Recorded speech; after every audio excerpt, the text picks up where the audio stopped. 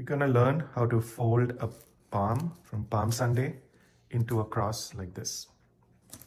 So take the palm, the flat end is down, the pointy end is up. We're going to make a fold like this towards us.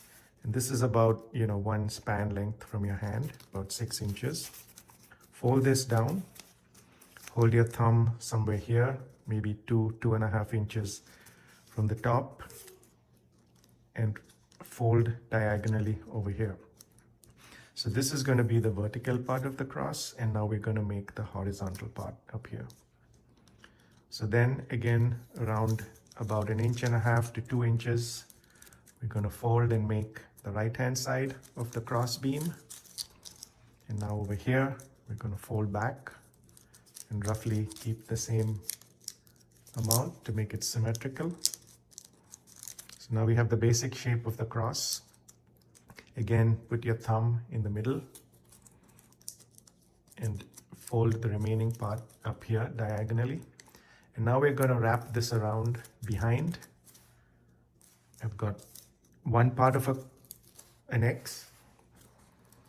I fold it here. We take this back behind again. And now you can see you have a better X locking in the cross. And at this point, this is going to be the back of our cross. This is the front. But now we just have to tie up this loose end. And just to do that, just push it through. And then tie this up as many times as you need. So we get rid of the extra length and clean it up.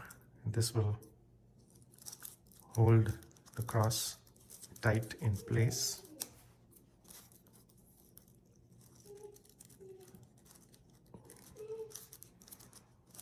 And now that this is locked, you could, just snip off the remaining. Make sure all the folds are nice and tight. As I said, this is the back of the cross. This is a nicer looking front. You could snip off the remaining pieces. And you have your final cross. God bless you on Palm Sunday. Hope this works for you. Thanks for watching. Have a nice day.